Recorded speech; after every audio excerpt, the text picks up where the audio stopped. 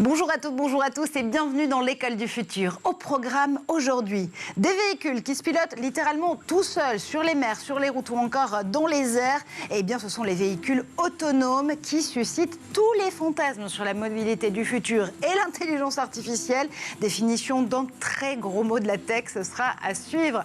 Elle a une idée derrière la tech et ça, pour le coup, c'est pas un gros mot. C'est Jeanne Dreyfus. Aujourd'hui, Jeanne, on va plonger avec toi dans le futur de la création de contenu en ligne, plus impactée que jamais par l'IA, elle aussi. Elle fait l'objet d'un rapport paru il y a quelques jours. Tu l'as décrypté pour nous.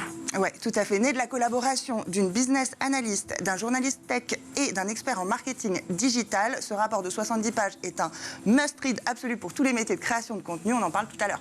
Absolument, ce sera avec toi en ouverture de la deuxième partie de cette émission. Notre question du jour, on la conforte plus qu'on ne la confronte aujourd'hui sur les réseaux sociaux. On la forge au gré des débats d'idées et des échanges d'informations. Mais comment naît l'opinion? Des influenceurs aux sondeurs, des fake news à la vérité scientifique. On va remonter la piste de l'esprit critique avec nos invités aujourd'hui. Romain Pigenel, directeur de la communication d'Univers Science. Vous publiez une toute nouvelle édition du baromètre de l'esprit critique. Vous allez nous en parler dans un instant. Bonjour à vous. Bonjour.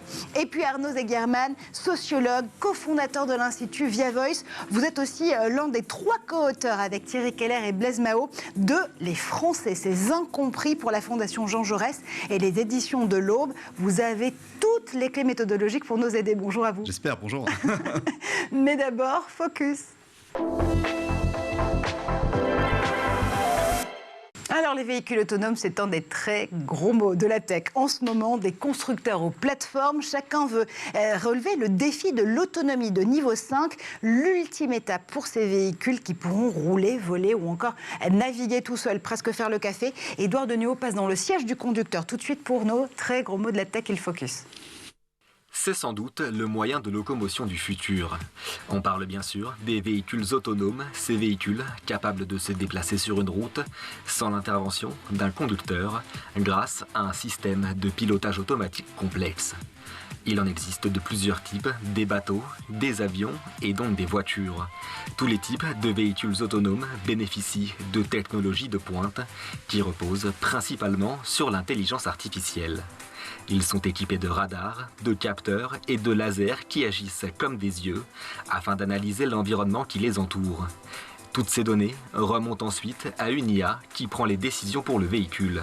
Distance, freinage, accélération et mouvement, la voiture s'adapte ainsi totalement à son environnement de conduite. Les premières expérimentations remontent aux années 70 au Japon. Et depuis, les grands constructeurs et même les plateformes se livrent une bataille féroce pour devenir leader de ce marché du futur. Pour les bateaux et les navires autonomes, le fonctionnement est le même. Les radars et les capteurs autour du bateau permettent au navire de se déplacer sans l'intervention d'un capitaine à la barre. Côté avion, certains sont désormais capables de décoller et d'atterrir de façon autonome.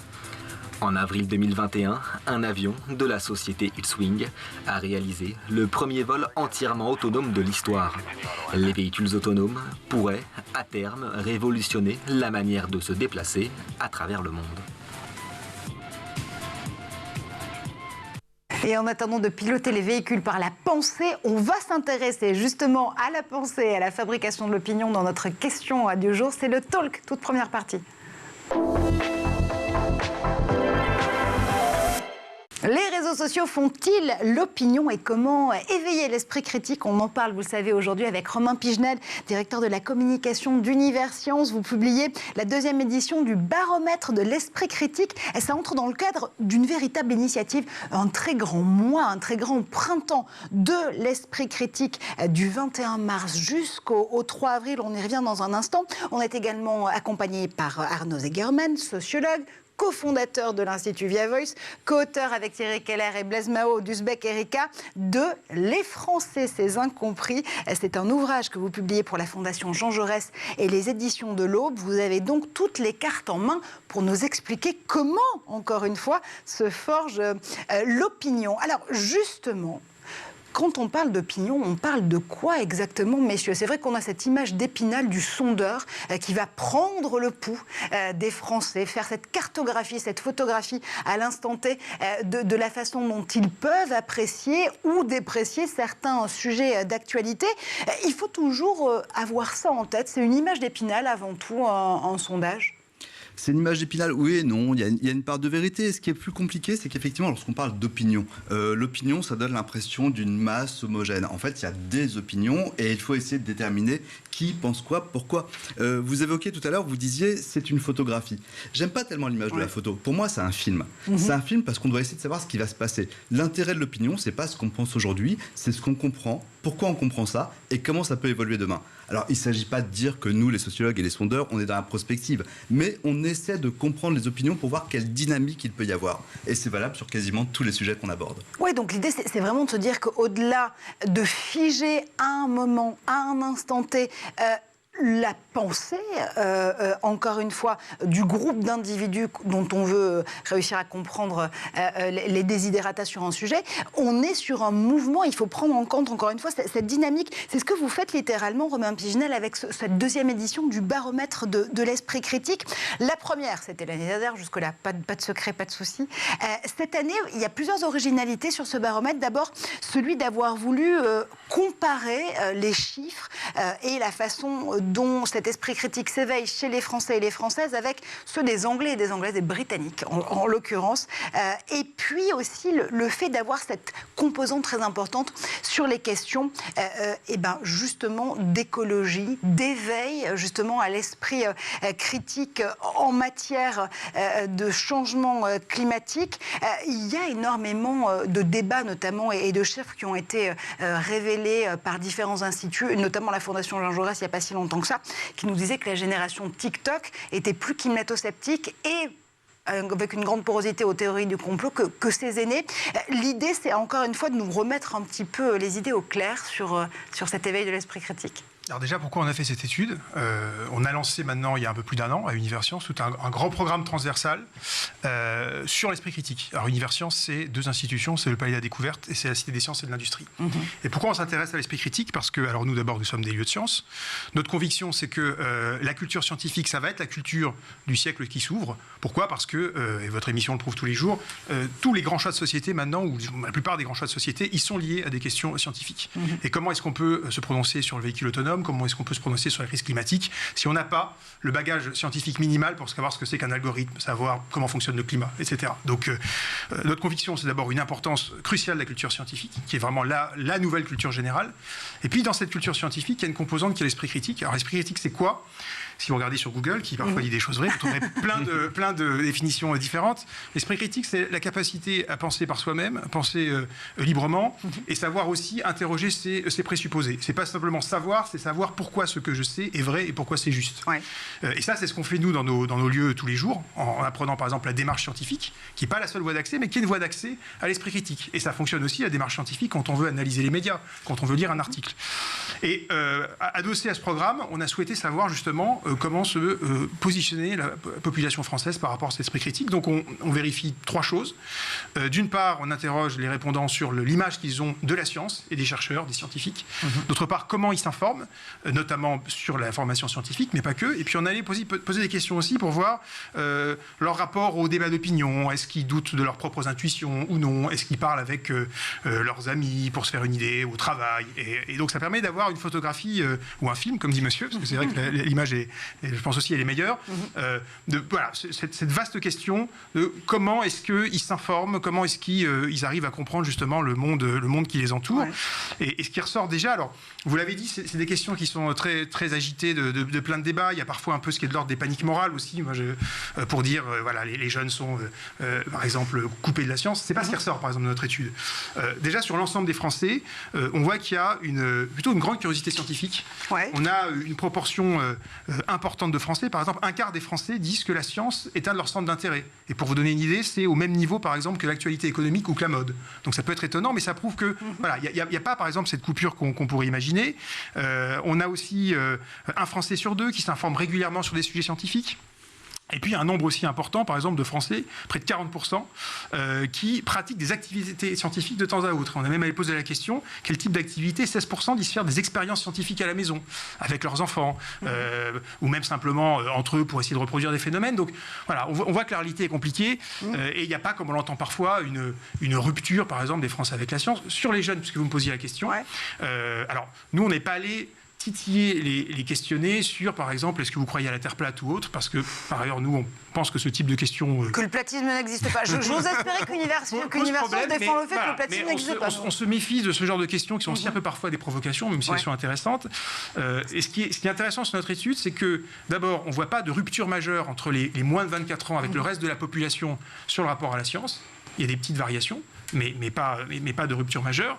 Et puis, en revanche, ils sont plutôt plus nombreux dans notre étude que leurs aînés à s'informer sur la science, à aller dans des musées de sciences. Donc, ça ne veut pas dire qu'il n'y a pas de problème. Ça ne veut pas dire, on pourra peut-être y revenir plus tard, qu'il n'y a pas des catégories spécifiques de population qui sont plus à risque. Mais en tout cas, et c'était déjà le cas l'an dernier, on le revoit cette année, il n'y a pas de divorce manifeste, en tout cas selon notre étude, des Français avec la science, pas non plus avec les jeunes. En revanche, et là, ça rejoint effectivement des choses qui pouvaient ressortir, par exemple, dans l'étude que vous citiez. Il y a des modes d'information qui sont très différents. Si vous demandez à l'ensemble des Français comment ils s'informent, ce qui ressort majoritairement, alors je ne sais pas si vous avez, vous, la même vision de votre côté, c'est la télévision et Internet. Voilà. Ça domine de la tête et des épaules. Oui, ce sont deux sources prédominantes aujourd'hui Internet pour hors cette réseaux sociaux. génération-là. Si vous demandez en revanche aux jeunes, il y a une remontée spectaculaire des réseaux sociaux qui sont par exemple devant la télévision. Donc on voit bien qu'il faut aussi que la parole publique, et notamment la parole des scientifiques, elle s'adapte et qu'elle aille beaucoup plus sur ces nouveaux médias sans les diaboliser, parce que c'est là aussi que va se former leur avis sur la science et probablement aussi leur formation à l'esprit critique. Ça, c'est intéressant parce qu'il y a à la fois ce que cela nous dit des sources, encore une fois, utilisées par ces générations différentes pour pouvoir s'informer et pour pouvoir justement confronter les idées reçues avec la vérité scientifique, mais il y a aussi le fait que ça dise aux scientifiques de l'endroit où ils peuvent aussi aller toucher ces publics-là. Je reviens rapidement sur les chiffres de l'étude qu'on citait pour l'EFOP et la Fondation Jean Jaurès, paru fin janvier, et qui avait fait grand bruit encore une fois. Les jeunes et l'information scientifique, c'est compliqué, c'est un peu ce que nous disait encore une fois cette enquête. 17% des jeunes estiment que la science fait plus de mal que de bien, et le platisme, là aussi, faisait des dégâts, on y revient. 16% des 18-24 ans pensaient que la Terre était plate à ce moment-là, avec évidemment une génération qui se surinformait, en l'occurrence sur TikTok, et qui est donc plus perméable aux contre-vérités scientifiques et au paranormal. Voilà ce que disait cette enquête. Mais Arnaud, là aussi, c'est très intéressant parce que ça nous renvoie à la méthodologie qui est employée justement par les sondeurs et les sociologues. Faire un sondage, c'est avant tout décrire sa méthodologie pour pouvoir aborder ces questions avec ces publics dont on va encore une fois essayer de comprendre le mode de fonctionnement. Alors c'est un vrai problème parce qu'effectivement si on parle de méthodologie on va perdre tout le monde parce qu'il ne faut pas se leurrer, c'est ennuyeux, à part les statisticiens. Qui va s'intéresser à la méthodologie des sondages? C'est un petit peu compliqué. Donc, mais en même temps on le voit, il y a toujours ce moment clé, il y a l'élection présidentielle. Et là on vient nous dire mais c'est marrant, vous n'avez pas tous les mêmes résultats. Ben non, parce qu'on n'a pas tous les mêmes méthodes. Et c'est ça aussi qu'il faut expliquer. Alors moi ce que j'aime bien dans ce que dit monsieur, c'est qu'effectivement vous parlez non pas de connaissances scientifiques, mais de culture scientifique. Et là, je vous rejoins, c'est aussi cet aspect que nous aussi, on doit développer, c'est-à-dire, on ne va pas demander aux Français de devenir des statisticiens pour vérifier la fiabilité des sondages, mais par rapport au sondage que vous évoquiez, quelle est la pertinence de la question? Quand on vous pose une question, est-ce que la Terre est plate? On peut se poser la question du biais, mais vous provoquez quoi auprès de votre répondant? C'est de la provoque, il va répondre de manière provocante aussi. Oui, c'est ce que disait Romain. On veut justement peut-être dépassionner parfois la question, d'où l'intérêt, encore une fois, de revenir à la méthodologie, au point de méthode de départ, pour comprendre comment est-ce que justement ces chiffres vont pouvoir s'interpréter. Bien sûr. Alors après, lorsqu'on voyait dans cette étude de l'IFOP, qui était intéressante par ailleurs, effectivement, c'est tôt sur 10% des personnes qui pensent que la Terre est plate, il y avait plein de choses sur les théories du complot, ça peut laisser sceptique. Je resterai un peu prudent sur les chiffres, mais effectivement, ça dit quelque chose de notre société, à savoir que peut-être qu'à l'époque de nos parents, de nos grands-parents, on pouvait penser que la science allait se substituer à la superstition. C'est pas ce qui se passe. On le voit dans l'opinion, les superstitions sont toujours là, les croyances sont toujours là. Est-ce qu'elles émanent des jeunes plus particulièrement ? La réponse est non. Effectivement, finalement, comme sur tous les sujets sur lesquels on nous questionne concernant les jeunes, sur tous les sujets de société, il y a davantage de différences par catégorie sociale que par génération. Et ça, c'est très clair. On va voir comment ça va évoluer dans les années à venir. Mais aujourd'hui, sur ces sujets, les jeunes pensent comme les autres. Donc attention, ce que vous nous dites aussi, au Rubik's Cube, que peut être une opinion, qu'on peut être un groupe d'individus, là aussi, sondés. C'est pas si uniforme que ça. Romain. Oui, et puis, par ailleurs, et là où c'est important, les choses, elles bougent. Je reviens sur l'étude que vous citiez. Quand on pose une question aux répondants, il y avait par exemple, je me souviens, un item particulièrement complexe sur le rôle de l'ARN. Oui. Mais moi, honnêtement, j'avais du mal à y répondre. Je travaille, je suis de formation scientifique, je travaille dans un musée de sciences. Donc, c'est vrai aussi qu'il y a des items parfois qui peuvent être en fait totalement incompréhensibles et qui vont amener en fait des questions qui sont soit à l'aléatoire, des réponses qui sont soit à l'aléatoire, soit, comme le disait monsieur, de l'ordre de la provocation. Donc, voilà, il faut être prudent. J'en reviens à notre étude, à notre baromètre. Par exemple, on a interrogé, comme vous le disiez tout à l'heure, tous les répondants, mais notamment les jeunes, sur la question de la crise climatique. Et par exemple, on leur demandait, pensez-vous aujourd'hui qu'il est établi scientifiquement qu'il y a un réchauffement climatique en tour ? Est-ce qu'il y a un consensus ? Eh bien, sur l'ensemble des répondants, la réponse est oui à 63%. Chez les moins de 24 ans. 63% seulement, j'ai envie de dire. Alors, on peut voir le verre à moitié plein ou à moitié vide. Donc, et d'abord, il y a deux choses. Le score est plus élevé chez les moins de 24 ans. C'est-à-dire que c'est 65%. Pareil, quand on leur demande, est-ce qu'il y a... la question était plus simple que ça, mais est-ce qu'il y a un problème lié aux émissions de gaz à effet de serre, etc. Ils répondent, les jeunes, oui à 67% versus 63% pour les plus âgés.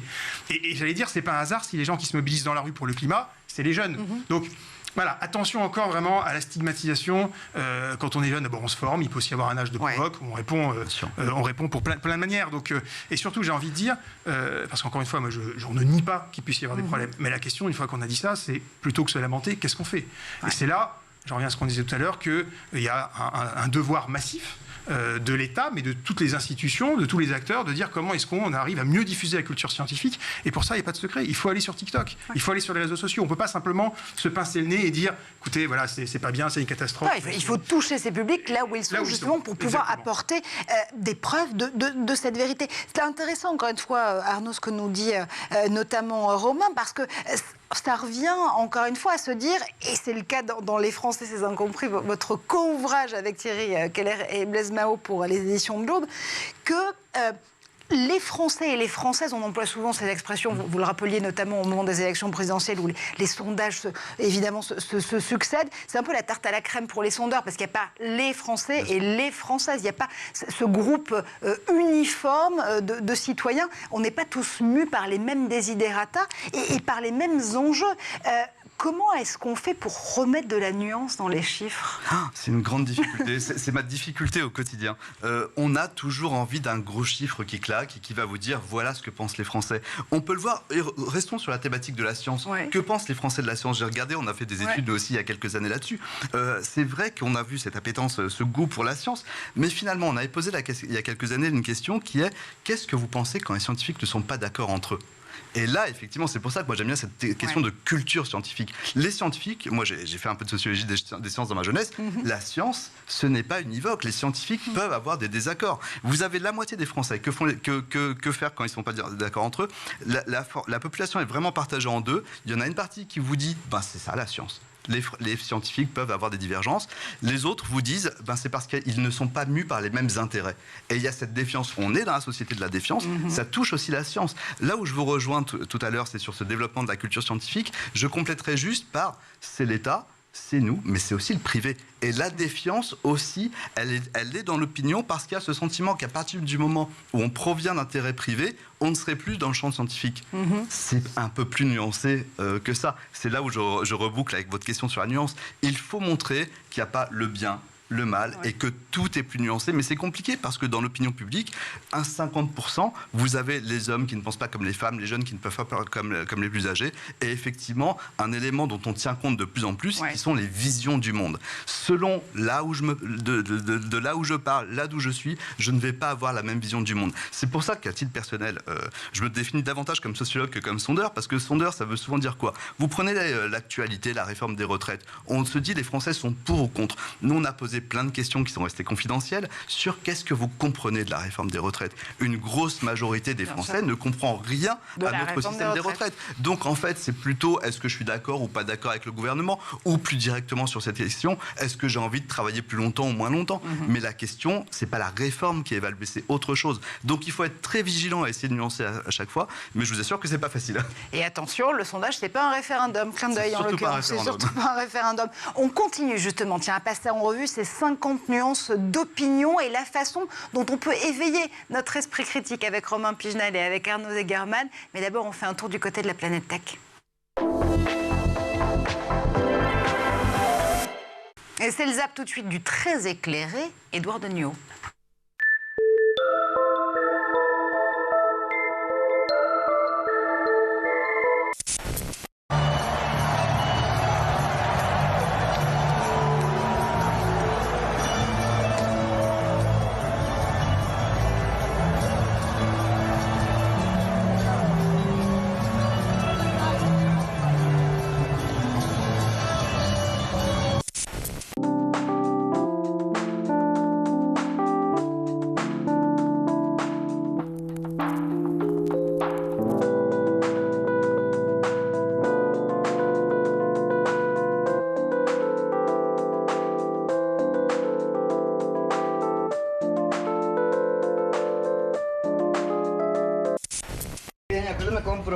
¿Cuál se me ve mejor? ¿Estos? ¿Estos? ¿Estos? No, los de arriba, güey. ¿Cuáles? ¿Estos? Sí, esos, güey. Mira, güey, si le quedan a todos.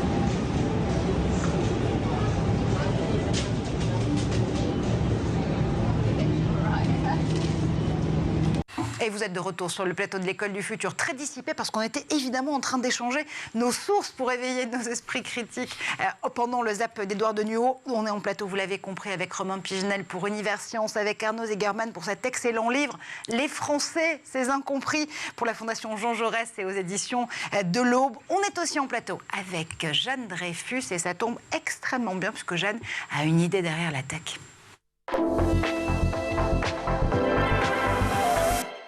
Retour vers le futur, littéralement, avec toi aujourd'hui, pas n'importe quel futur, puisque tu vas nous parler de celui des créateurs de contenu impactés comme jamais par l'essor des IA et qui fait l'objet d'un rapport depuis le mois de février.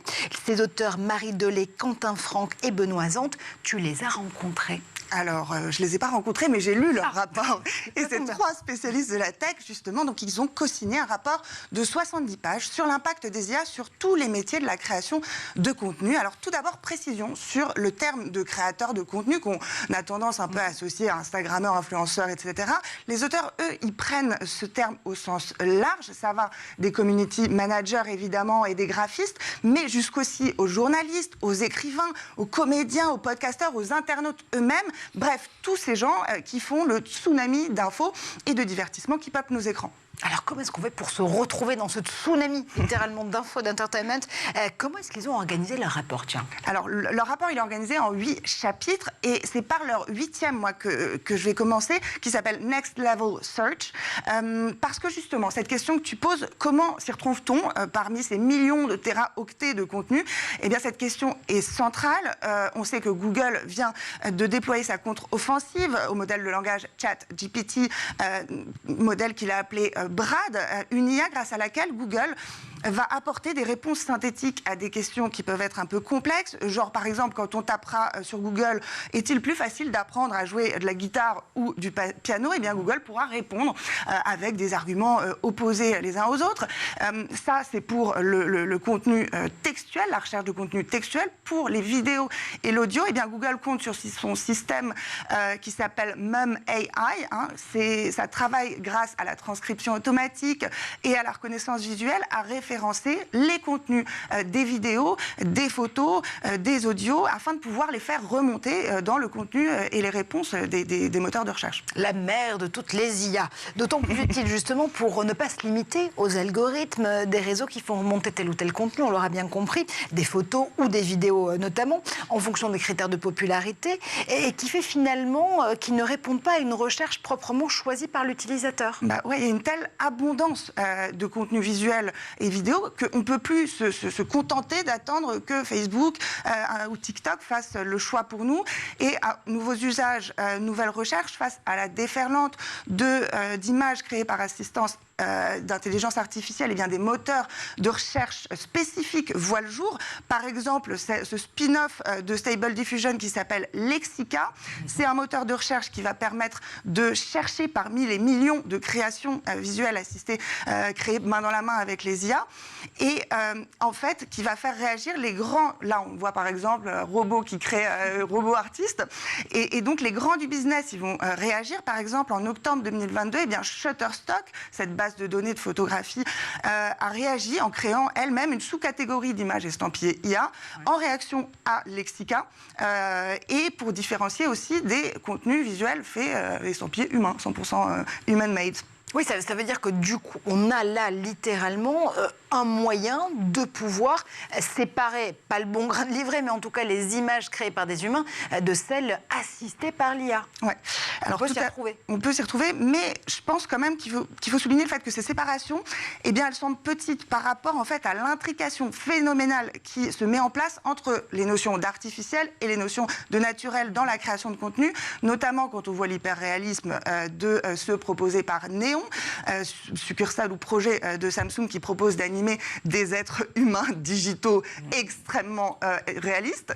Et il y a ça va être sympa à sonder, tiens. Ça va être sympa à sonder, les digital humans. Et donc, il y a des sociétés aussi comme Koki qui spécialisent, elles, dans la voix générée par IA, qu'elle propose de diriger comme un metteur en scène, en fait, en variant les émotions particulières, les timbres de voix particuliers avec ses progrès techniques. On va passer des vieilles voix de synthèse comme celle-ci. Un seul d'entre nous sort d'ici, à la version upgradée. Only one of us walks out of here. On comprend quand même que le degré de finesse, le degré de progression et les possibilités que ça engendre sont absolument phénoménales. Mais ça veut dire que ça crée surtout des problématiques pour les artistes-interprètes, les doubleurs notamment, les comédiens qui vont pouvoir prêter leur voix à d'autres. Ouais, mais comme souvent, une nouvelle technologie, elle a tendance à modifier plus les professions qu'elle ne les éradique à proprement parler. Est-ce que, je ne sais pas si vous avez entendu parler de cette nouvelle série de la chaîne britannique ITV qui s'appelle Deepfake Neighbor Wars. Oh my God. Non, je vous montre la bande-annonce. Technology. Incredible.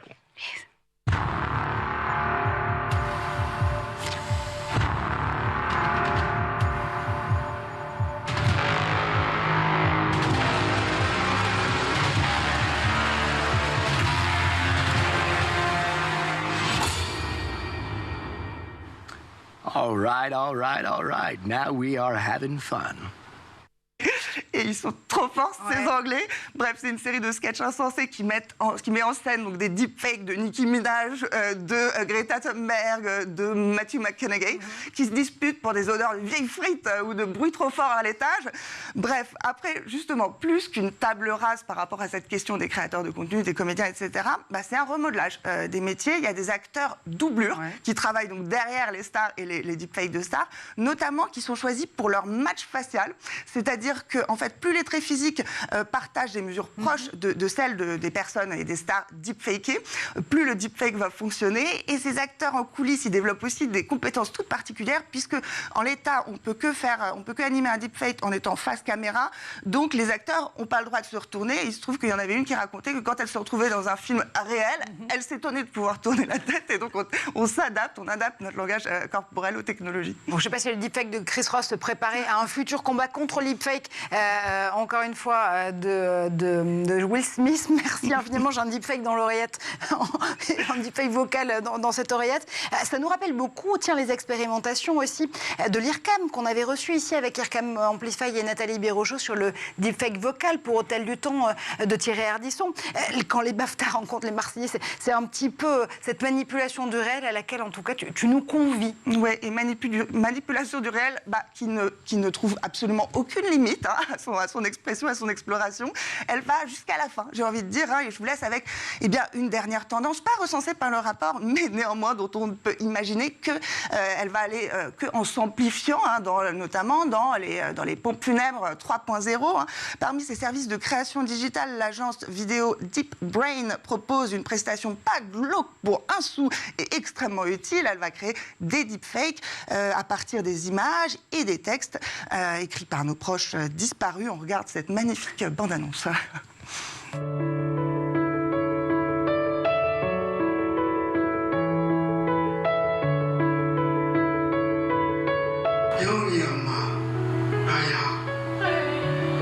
정말 오랜만이네. 저는 전혀 생각도 못했던 일이라 지금 너무 좋아요. 당신 곁에 내가 늘 함께 있다는 거 잊지 말고. 나는 지금도 내가 보고 안 떨어져 있다고 생각해요. 당연히. 우리 다시 만날 때까지 건강하게 잘 지내. 예. 사랑합니다. 순유 씨. C'est pas beau la technologie? Pas, non, on ne peut pas dire ça, Jeanne Dreyfus, on ne peut pas le dire. Ça nous rappelle littéralement ici avec Arnaud et avec Romain un épisode de Black Mirror dont on parle souvent ici, série britannique, vraiment dans sa saison britannique au départ et pas la version Netflix, où justement cette technologie permettait de recréer la présence d'êtres chers et d'êtres disparus. Messieurs, alors d'une part ça va être compliqué d'aller sur des deepfakes, mais d'autre part ça nous promet un beau futur, tout ça, Romain. Juste pour mémoire, ça fait 50 ans que c'est la panique qui revient régulièrement sur l'IA. Je parlais de panique morale tout à l'heure. Donc, voilà, c'est une technologie. Je prends l'exemple du deepfake. Tout le monde aime se faire peur avec ça, mais on n'a pas attendu le deepfake pour que des personnalités aillent mentir à la télévision. Vous voyez ce que je veux dire? Donc, voilà, il faut regarder ça avec distance.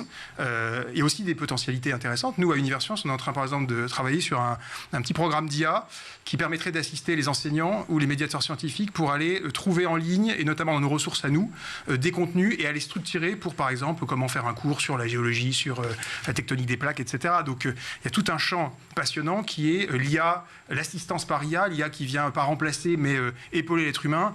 Et là encore, l'important, c'est d'abord avant tout de comprendre comment ça fonctionne. Et en étant maître, je dirais, en savoir ce qu'il y a derrière la technologie, on a les moyens de s'en libérer. Le problème, c'est quand on en devient esclave parce qu'on ne comprend pas comment elle fonctionne, parce qu'encore une fois, on n'a pas des bases en algorithmie, en informatique, etc. Ouais, la technologie est en pouvoir. Encore faut-il soulever le capot de ces techs-là pour mieux les comprendre et donc mieux les posséder pour qu'elles ne nous possèdent pas. Arnaud, vous avez aussi sondé d'ailleurs... Encore une fois, je vais reprendre cette image moi-même, c'est cette tarte à la crème absolue, les Français et les Françaises sur leur rapport aux technologies. Est-ce qu'il y a un peu de fantasmagorie là-dedans ou est-ce qu'ils sont finalement assez au clair avec les potentialités de la tech par rapport à ce à quoi elle nous incombe aujourd'hui? Non, en fait, on s'en rend compte et c'est valable à peu près toute génération confondue. Il y a un peu moins de fascination pour la tech. Il y a même une espèce de peur. La fascination a laissé la place à la peur parce qu'effectivement, c'est ce qu'on est en train de dire là, c'est notre débat. On est fasciné dans un premier temps, mais on en a peur. Regardez tout le débat qu'il y a depuis quelques temps sur ChatGPT. Les débats portent avant tout sur quels emplois vont être détruits. Alors qu'en fait, si vous jouez sur ChatGPT, c'est passionnant. Il peut se passer plein de choses. Mais d'abord, il y a nos peurs.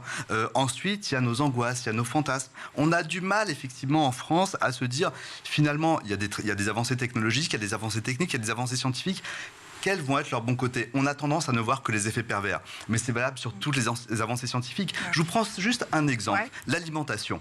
Aujourd'hui, une majorité de Français estiment que ce qu'il y a dans nos assiettes est dangereux, alors que finalement, l'alimentation n'a jamais été aussi vérifiée, aussi sécurisée. Donc, on voit les effets pervers, on va voir lorsqu'il va y avoir quelque chose de négatif, mais on a l'impression qu'on le généralise. Donc, c'est vrai qu'on est aussi, et c'est pas le cas dans tous les pays du monde, nos angoisses prennent le pas sur le côté stimulant qu'il peut y avoir dans les technologies. Bien entendu, il ne s'agit pas d'être un technophile BA et de se dire que tout est fantastique. Et il ne faut pas oublier, c'est ce que vous disiez tout à l'heure, que finalement, une technologie, une technique, une démarche scientifique s'inscrit toujours dans une politique globale et dans une société. Robin. Ce que vous dites, notamment sur le fait, par exemple, qu'on va extrapoler à partir d'un problème, une généralité, je crois que ça met le doigt sur un problème qui est central à la fois quand on parle d'esprit critique et d'information en ligne, c'est les biais cognitifs. Et puisque l'émission est aussi autour de la formation à l'esprit critique, il y a quelque chose, nous, qu'on pense être fondamental, c'est vraiment l'éducation aux biais cognitifs. Dont on sait d'ailleurs qu'ils sont assez résistants à l'éducation. Quand vous comparez, par exemple, le profil de quelqu'un de très éduqué à quelqu'un de peu éduqué, globalement, il va être autant soumis aux biais cognitifs. Donc il est d'autant plus important d'arriver dès le plus jeune âge à les former, à expliquer pour que les gens, même si de toute manière ils seront toujours un peu sujets, parce que je dirais c'est implémenté dans le cerveau, et pour qu'au moins ils puissent en avoir conscience et comprendre, notamment pour voir l'information en ligne, lire des articles de journaux, savoir comment lutter contre ses propres tendances, qui sont justement des biais de généralisation, des biais de lecture, par exemple quand on lit les sondages, des choses comme ça. Donc ça c'est au cœur par exemple de la formation à l'esprit critique. Justement, comment porter une éducation à l'esprit critique en classe, mais pas que. On continue à en parler tout de suite avec nos invités. C'est la deuxième partie du talk. Et je le rappelle, Romain Piginel, vous publiez cette deuxième édition du baromètre de l'esprit critique, qui est en rapport avec le printemps éponyme porté par Univers Science, mais pas que. Ça se déroule jusqu'au 3 avril dans tous les lieux de sciences et de culture scientifique que vous animez. Il y aura des ateliers, il y aura là aussi des tables rondes, des conférences, des vidéos. L'idée, c'est de pouvoir, par tous les médiums possibles, mettre en éveil cet esprit critique. Alors effectivement, d'abord avec un premier segment qui est tout ce qui est l'éducation aux médias. Il faut savoir qu'on a la chance en France d'avoir un formidable réseau, qui est le réseau des bibliothèques nationales, publiques, qui toutes font des cours d'éducation aux médias. Et c'est trop peu connu, mais il faut le savoir. Alors nous, on a une bibliothèque qui s'appelle la Bibliothèque des sciences et de l'industrie, la Cité des sciences et de l'industrie, mais sur tout le territoire et même dans les endroits les moins équipés culturellement, là où il y a une bibliothèque, il y a des bibliothécaires qui font un travail remarquable. Ils se sont mis au numérique et d'abord, ils font de l'éducation aux médias. Et nous, on aura toute une série d'ateliers de ce type-là. On a également demandé à nos médiateurs scientifiques. Alors, les médiateurs scientifiques, c'est quoi ? C'est, on va dire, c'est les gens qui ont inventé le youtubeur scientifique un siècle avant, puisque ça a été créé au Palais de la Découverte dans les années 1930. Et il s'agit de gens qui sont à la fois des scientifiques, mais aussi des vulgarisateurs, et qui, à la paillasse, pendant une heure, donc paillasse d'un peu de laboratoire, vont vous expliquer des phénomènes en faisant des démonstrations, etc. Donc ça, on en a ce genre d'atelier, on en fait tous les jours au Palais de la Découverte et à la Cité des sciences et de l'industrie. Mais pendant ce printemps d'esprit critique, ils vont tous commencer leur médiation, leur cours de vulgarisation par un module sur comment je sais ce que je sais. Ils vont faire de l'esprit critique appliqué aux sciences. Par exemple, on a quelqu'un qui travaille, on a des médiations régulières sur les pierres. Il y aura une médiation sur est-ce vrai, par exemple, que les pierres peuvent soigner. Vous savez ce qu'on trouve parfois, même malheureusement, dans les pharmacies. Et à chaque fois, l'idée pour nous, c'est pas seulement de dire c'est vrai, c'est faux. On n'est pas là pour faire, je dirais, une espèce d'évangélisation scientifique, mais leur dire pourquoi c'est vrai ou pourquoi c'est faux.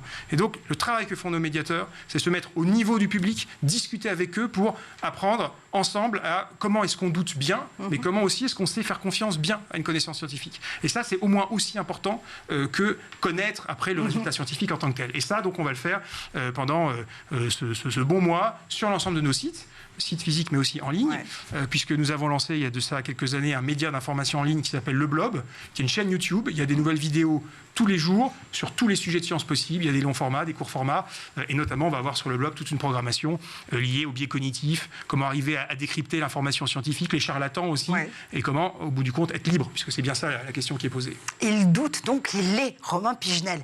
Justement, vous doutez aussi, Arnaud Zigerman, ça vous arrive en tant que sociologue et en tant aussi que sondeur avec l'Institut Via Voice. Comment est-ce qu'on peut avoir, une certitude quand on va, encore une fois, essayer de comprendre quelle est la position d'un groupe d'individus sur une question ? On ne peut pas avoir de certitude. On ne peut pas, ça, il faut en avoir conscience. Moi, j'aime bien prendre la métaphore, lorsque je parle de mon métier, du médecin avec son stéthoscope.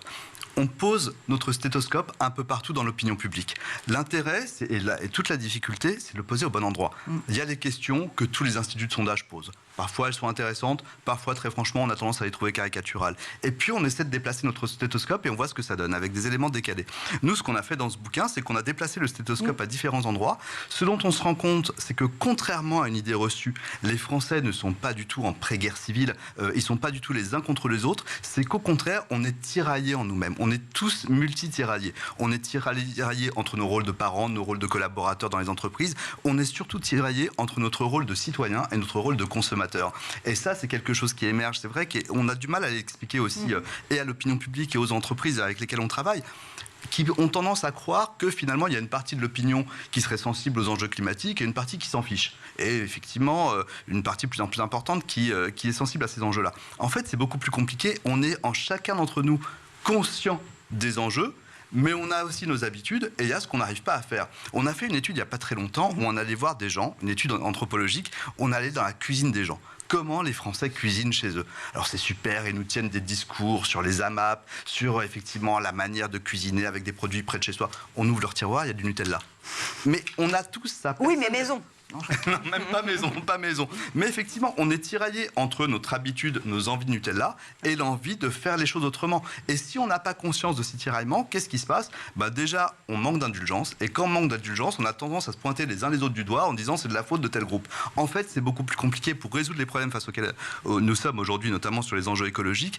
Je pense qu'il ne faut pas se pointer du doigt d'autres groupes. Il faut essayer de se dire comment chacun on peut comprendre ce qu'on fait mal et quelles solutions alternatives on peut trouver. Mais c'est plutôt en se regardant soi-même, en regardant soi-même ses pratiques. D'où l'intérêt, effectivement, de ce stéthoscope qu'on déplace pour voir où est-ce qu'on est tiraillé. Mais encore une fois, c'est hyper compliqué de réussir à trouver de la nuance entre le Nutella qu'on a acheté en promo et le pain qu'on a fait avec son levain maison pendant le confinement. C'est compliqué de réussir, encore une fois, à trouver la bonne mesure, à trouver, encore une fois, la bonne nuance entre ce qui nous meut et ce qu'on fait pour de vrai. Mais c'est très compliqué, encore une fois. Moi, je pense que c'est paradoxal ce que je vais vous dire. Sur les enjeux climatiques, on a peu de temps.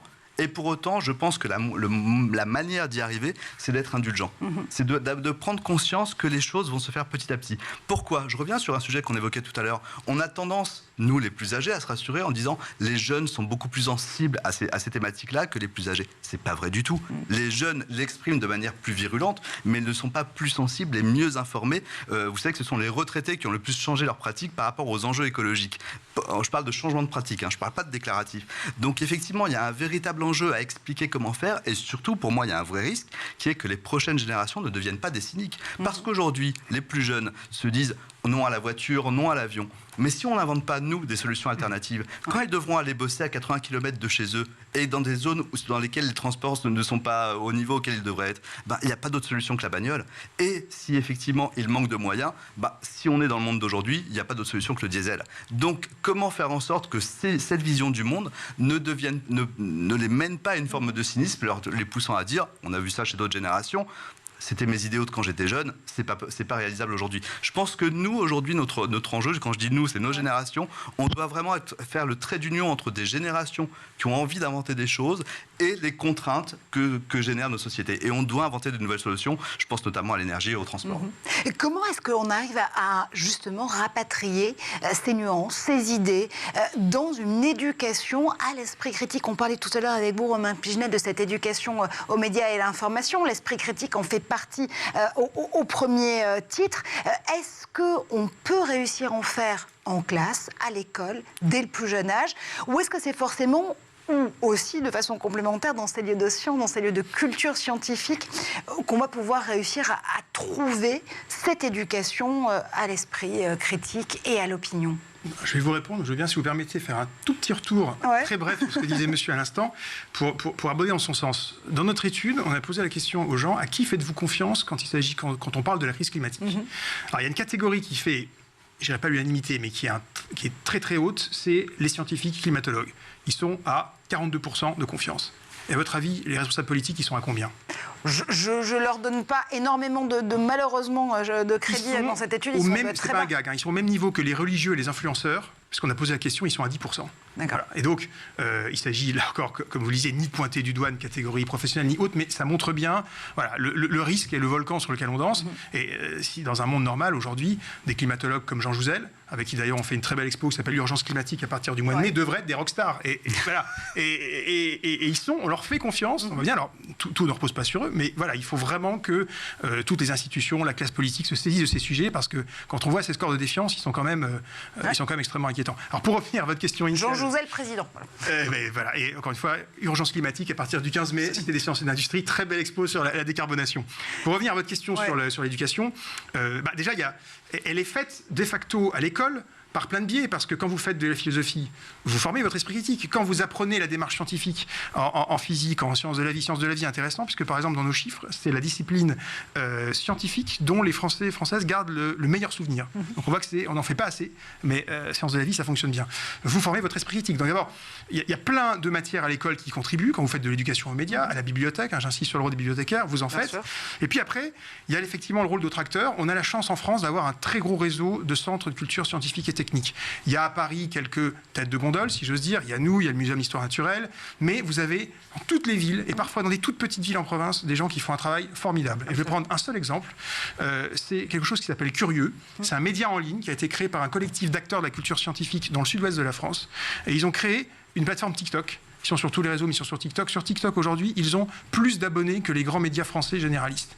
Et ils font un travail génial. Ils reprennent tous les codes de TikTok et ils font des petites vidéos pour faire ou du debunking, ou expliquer des points de science. Et honnêtement, ils ont des scores. Honnêtement, ça ferait pâlir bien des grandes institutions françaises, y compris médiatiques. Donc ça montre qu'il y a une appétence et il y a plein d'acteurs agiles sur le terrain. Encore une fois, c'est des gens qui n'ont pas des gros moyens, mais qui arrivent à faire des missions formidables. Donc voilà, on a les acteurs, mais c'est vraiment une cause, je dirais, nationale qui doit mobiliser, comme vous le disiez aussi, le monde du privé, etc. Parce qu'au bout du compte, c'est deux choses. C'est créer les citoyens de demain qui sauront naviguer dans cet univers, on le dit souvent, d'obésité informationnelle, etc.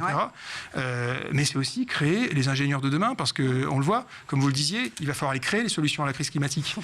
Et pour ça, il faut des gens qui aient ces vocations-là et qui aillent se diriger, plus qu'aujourd'hui, c'est le cas, vers des formations scientifiques d'ingénieurs à l'université, etc. On va citer d'autres sources comme Vers le Média, notamment, comme les pépites vertes, comme Ça commence par moi de Julien Vidal, ou comme Bon Pote, des comptes là aussi sur les réseaux sociaux qui sont très prisés par une jeune génération pour pouvoir s'informer. Dernière réponse avec vous, Arnaud.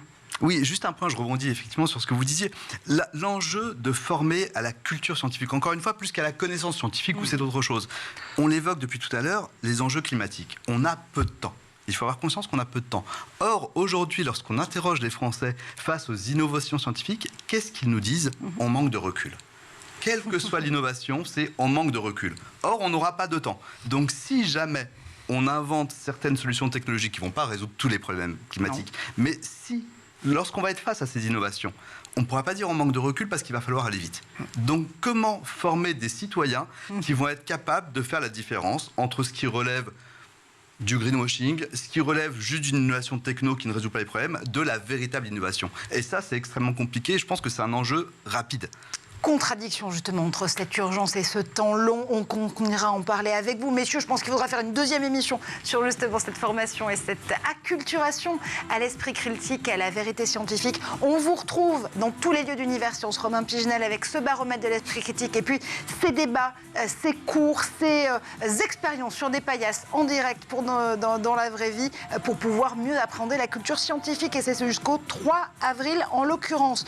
On vous retrouve et on vous lit surtout Arnaud Zegerman avec Thierry Keller et Blaise Mao aux éditions de l'Aube. Les Français, ces incompris. Vous allez apprendre beaucoup de choses, messieurs, dames, sur vous-même.